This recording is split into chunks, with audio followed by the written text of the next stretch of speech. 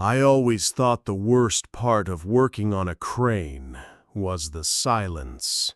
Up there, 140 meters above the ground, the world disappears. No chatter, no engines, no footsteps, just the howl of the wind pressing against steel and glass. Sometimes it feels like the tower itself is alive, breathing through every groan of its joints. That night, I carried my usual 2 drinks, a thermos of coffee and something stronger wrapped in an old flannel. I told myself it was just to keep the cold out, but truth was, it kept my hands steady. A book my daughter gave me sat on my lap, a silly little field guide to North American cryptids. I used to laugh at it. I don't laugh at it anymore, because when the radio crackled to life, I heard something I wasn't supposed to. Shouts, panic, men screaming about movement along the tree line, and then silence, broken only by the sound of something tearing through camp. I pressed my face to the glass, desperate to see. Flames lit up the sight below. Figures ran, but something else moved faster, low to the ground, crawling, hunting. And when it stopped, just for a second, I saw the shape of antlers glinting in the firelight.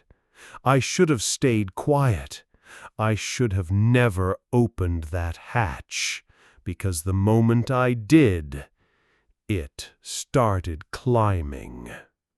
My name doesn't matter much anymore, but the men called me Marcus. I was the crane operator on a remote build site, deep in the Alberta wilderness, a place so far from town that when the sun went down, the world ended at the tree line. We were hired to raise towers, sheets of steel stacked higher each week, clawing into the gray sky like the bones of some giant beast. The job paid well enough. That's the only reason I was there. My daughter, Ellie, lived hundreds of miles away, and the only way I could prove to the courts that I wasn't a failure of a father was to keep working jobs like this. Long hours, 6 days a week, tucked into a trailer with bad heat and worse company. Every paycheck went straight to child support, lawyers, and whatever I could scrape together for when I finally got to see her again. Ellie was the one who gave me the book, Field Guide to North American Cryptids, bright red letters across the cover.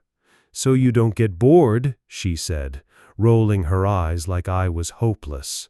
I laughed when she handed it to me, but when I first opened it, I found her handwriting on a sticky note. "Don't get eaten, Dad. You're too grumpy for that." I carried that book up into the cab every night.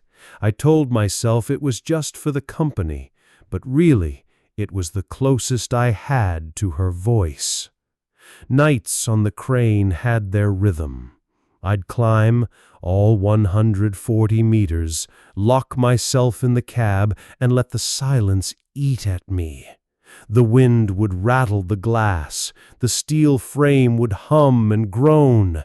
I'd sip coffee until my hands shook, then a little whiskey until they steadied. And I'd listen to the radio.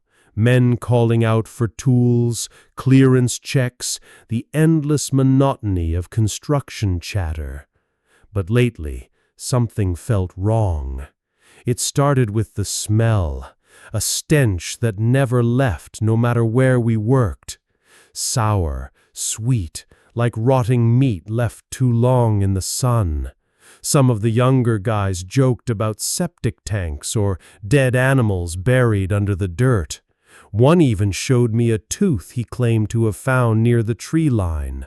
Long, sharp, human-looking. He wrapped it in a napkin and swore there were more out there. The company said it was nothing. Old waste from a field hospital.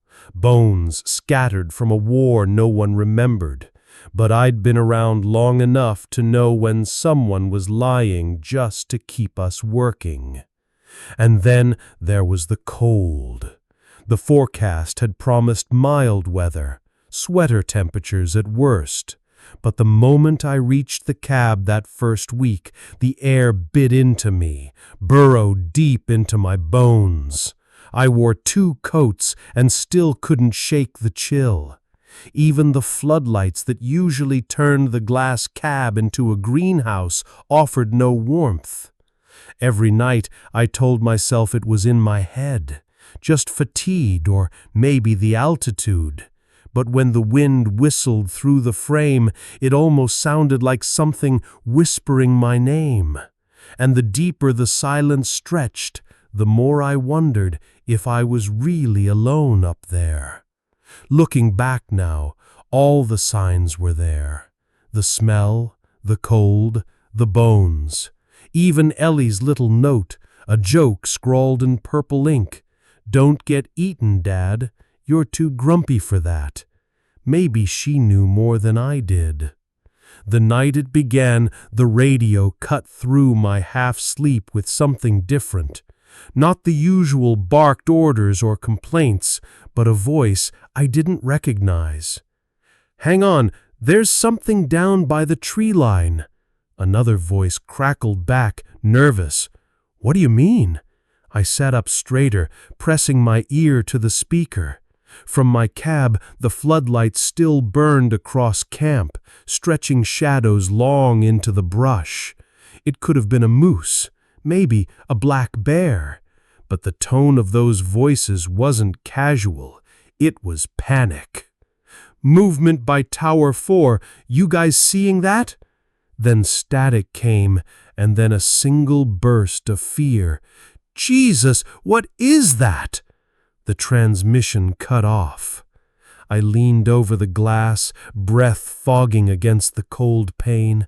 Down below, figures were running, men scattering across the gravel, and then something else broke from the dark, low to the ground, moving faster than anything human. It slammed into one of them with enough force to throw both into a floodlight tower. The metal groaned, bent, collapsed in sparks. Fire bloomed quick, jumping from tire to trailer. Screams carried faint but sharp through the radio. One voice repeated a name over and over until it choked into silence. And then I saw it. Through the smoke and the flames, half lit by burning diesel, the creature crouched near the fuel drums. Its limbs bent wrong, too long, too sharp. The antlers weren't wide like a deer's, but twisted, clawing back like blackened branches. Its skull was bare, stretched, with hollow sockets that seemed to stare even from that distance. My stomach dropped. I stumbled back from the glass, heart hammering. The fire pressed closer to the crane, orange against steel. The others were gone. The radio was dead. And as the smoke rose higher, I realized with horror what the thing had done. It had turned from the camp. It was climbing my tower. I slammed the hatch shut and locked it, pressing my back to the cold steel. My breath came ragged, smoke already seeping in through the seams. The fire outside was spreading fast, and every sound below mixed into a nightmare chorus. Crackling flames, collapsing metal, and that thing's guttural hiss echoing up the rungs of the ladder. I searched the cab for anything I could use as a weapon. My rucksack, the radio, even the swivel chair bolted to the floor. None of it was enough. Strapped to the wall, I saw the fire extinguisher. Heavy, dented, steel. My hands shook as I unclipped it, dragged it to the hatch, and leaned out. Through the smoke I saw it, climbing slow but steady. Every limb moved wrong, like broken bones bending backward. I aimed carefully, breath held, and dropped the extinguisher. The clang echoed as it struck the frame, spun in the air, and vanished into the dark. For a heartbeat, the thing froze. Then it tilted its head upward. The light of the fire revealed its face. Bone, nothing but bone. A skull stretched long and narrow, more deer than man, its black sockets locked onto me. Thin antlers spiraled back like twisted roots. My stomach lurched. It hadn't even realized I was here until that moment. Now it did. I stumbled away, shoulder slamming into the wall. My hands clawed for the radio. "Anyone copy? This is Marcus up in Tower 1. Something is climbing the crane.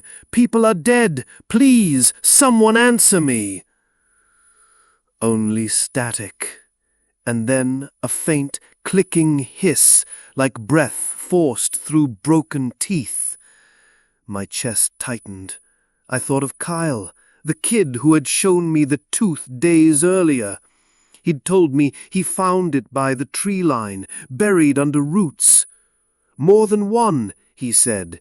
He thought they were human. The company brushed him off with excuses about old war hospitals and discarded dental waste, but I'd seen the way he kept it wrapped, the fear in his eyes. He knew it wasn't nothing. And that night, when Ellie called, she asked me if I'd seen anything cool. I almost told her. Almost. Instead, I laughed it off. She'd asked me to keep a tooth for her. God, if only she knew. The ladder groaned again. I forced myself to look down. The thing had made progress, already a quarter of the way up. Smoke curled around its limbs, but it climbed undeterred, relentless. My phone. I pulled it out, shaking, one bar flickering. I dialed 911. For a moment, hope surged as a voice answered. "Emergency, hello." "Yes, my name is Marcus Holt. I'm at a tower site off Range 6. People are dead. There's something climbing the crane. I need help." Static chewed the line. The voice fractured. "Repeat, climbing." "Yes, climbing. I'm trapped at the top. You have to... Hello, hello." Silence. The call dropped. The bar vanished. I stared at the phone in my lap until it blurred. My hands wouldn't stop shaking. My whole body trembled as if the cab itself was vibrating beneath me. I took a swig from the bottle, desperate for calm, but even the burn of whiskey couldn't settle me. On the floor beside me, Ellie's book had fallen open. The sticky note stuck out, her messy purple handwriting. "Don't get eaten, Dad." I flipped to the marked page. My eyes froze. An illustration, crude but unmistakable. A skeletal figure crawling on all fours with antlers twisted like charred branches. The Wendigo. I read the description through tears blurring my vision. Born of starvation and cannibalism, it can never be full. The more it feeds, the thinner it becomes. Its presence brings cold and rot. It recoils from fire. To kill it, burn it, carve out its frozen heart. Cold, rot, fire. My mind reeled back over the past week. The unnatural chill in the cab, the stench that clung to us no matter where we worked, the bones Kyle uncovered, and now the flames licking the trailers, the moment when the creature had paused, recoiled just before charging the ladder. It hadn't climbed for me, it had climbed to escape the fire. And then I realized I'd revealed myself. By dropping the extinguisher, by shouting into the radio, I'd drawn its eyes. Panic surged, but beneath it, something else flickered. A plan. I looked at the bottle in my hand, half full. Whiskey. Flammable. My jaw tightened. Could I? Would it work? I'd seen Molotovs in riots on TV, kids hurling them at cars. A rag, a flame, that was all. I dug into my rucksack, ripping a strip from the old flannel. I shoved it into the bottle's neck, soaking it with liquor. My hands fumbled with Kyle's lighter, slick with sweat. The wheel sparked, failed, caught again. A flame bloomed, small and fragile in the cab's draft. The ladder rattled. The thing was close now, too close. I yanked open the hatch, gagging on the wave of smoke and heat. Below, I saw its skull face rising through the haze, its sockets locked on mine. I lit the rag. Fire raced up the cloth, roaring bright. Could I? Would it work? I'd seen Molotovs in riots on TV, kids hurling them at cars. A rag, a flame, that was all. I dug into my rucksack, ripping a strip from the old flannel. I shoved it into the bottle's neck, soaking it with liquor. My hands fumbled with Kyle's lighter, slick with sweat. The wheel sparked, failed, caught again. A flame bloomed, small and fragile in the cab's draft. The ladder rattled. The thing was close now, too close. I yanked open the hatch, gagging on the wave of smoke and heat. Below, I saw its skull face rising through the haze, its sockets locked on mine. I lit the rag. Fire raced up the cloth, roaring bright. "Come on!" I whispered. I hurled the bottle down. The glass shattered against its skull, erupting in flame. The whiskey splashed across its shoulders, igniting like oil. The Wendigo shrieked, a high, gurgling howl that rattled my teeth. It clung to the steel, twitching, limbs spasming, every tendon straining against the fire, devouring its body. For a moment I thought it would keep climbing. For a moment I thought nothing could stop it. Then one hand slipped, then the other. Its body cartwheeled, bouncing off steel beams, ribs cracking like gunshots. The flames trailed downward with it until it vanished into the fire below. Silence. Only the wind and the crackle of burning debris remained. I slammed the hatch shut and collapsed, head against the wall, shaking uncontrollably. My hands stank of burnt cloth and cheap liquor. My ear still rang with its scream. And in the dark corner of my mind, one thought gnawed at me. What if it wasn't dead? The fire below hissed and sputtered, choking itself in thick smoke. I pressed my forehead to the cold glass, straining to hear anything beyond the groan of metal. Nothing. No screams, no movement. Just the long sigh of the wind. Then, clang. The steel frame vibrated beneath my boots. A single impact, deliberate. My stomach turned to ice. I crawled to the hatch, hand hovering over the latch, praying it was my imagination. But when I cracked it open, the truth spilled in with the smoke. It was still alive. The Wendigo dragged itself up the last section of the ladder. Its antlers were shattered, one leg mangled and charred, but it moved with the same relentless rhythm.